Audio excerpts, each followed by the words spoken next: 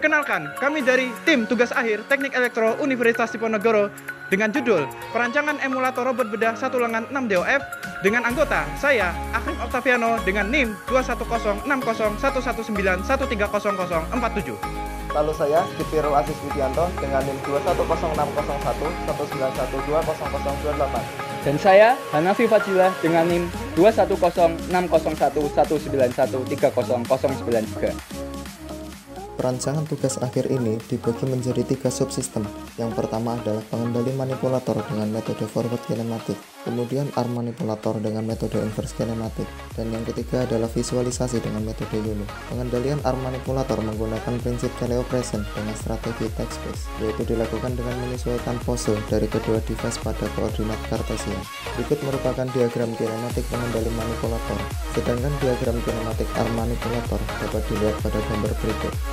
Sistem elektrik pengendali manipulator menggunakan 3 jenis sensor yang diakuisisi oleh STM32. Kemudian data sensor tersebut dikirim menuju PC untuk dikomutasi lebih lanjut. Perhitungan forward kinematik menggunakan metode matriks transformasi homogen dengan nilai masukan berupa sudut. Nilai sudut tersebut digunakan untuk mengupdate parameter DH. Kemudian dari parameter DH didapatkan matriks transformasi homogen. Nilai posisi dan orientasi didapat dengan mengekstrak matriks translasi dan matriks rotasi pada matriks transformasi homogen.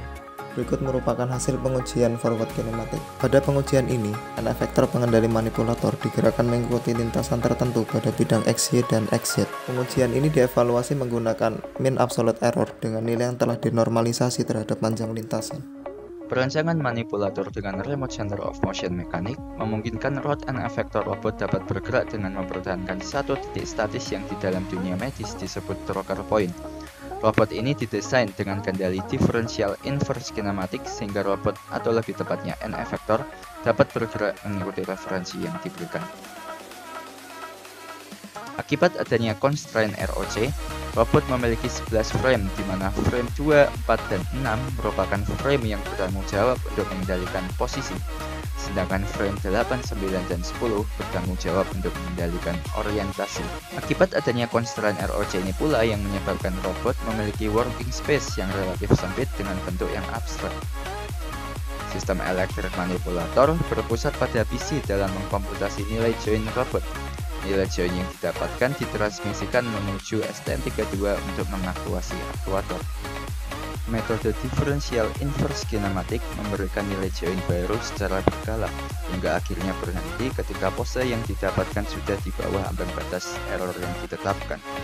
Metode ini terdeskripsi dengan baik melalui diagram alir berikut. Hasilnya, sistem manipulator robot berhasil dirancang dengan baik dengan tingkat akurasi pengendalian posisi N efektor robot sebagai berikut.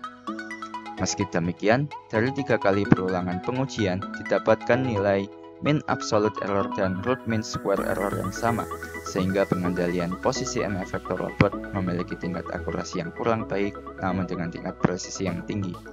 Selain itu, algoritma trajectory planning yang menyatu dengan algoritma inverse kinematik menyebabkan perubahan posisi N efektor menyerupai sistem orde 1. Karena itu, perubahan posisi pada 2 atau 3 sumbu sekaligus menyebabkan pergerakan yang tidak linear. Dalam subjudul ketiga, di sini ada perancangan visualisasi point cloud 3 dimensi dengan segmentasi objek berbasis YOLO. Di sini ada terdapat 2 metode, yang di sini ada melakukan training terhadap model dan juga rancangan point cloud sendiri. Di sini saya menggunakan YOLO V8 dengan arsitektur segmentasi sebagai gambar di sini.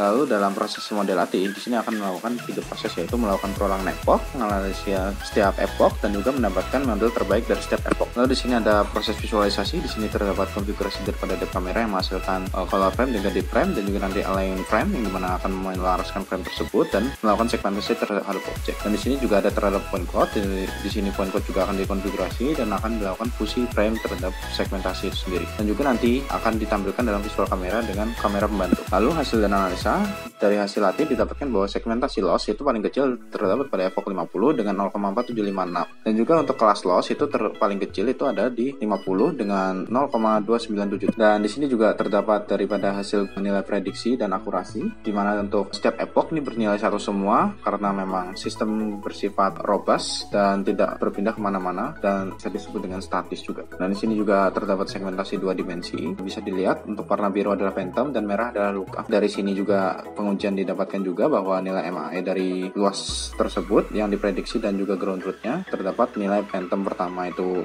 berkisar 0,068, phantom kedua 0,078 dan luka untuk phantom pertama itu 0,00074 dan luka untuk phantom kedua itu 0,00378. Dan di sini hasil analisa untuk segmentasi 3 dimensi bisa dilihat dengan butiran-butiran sebaran titik ini yang disebut dengan point cloud.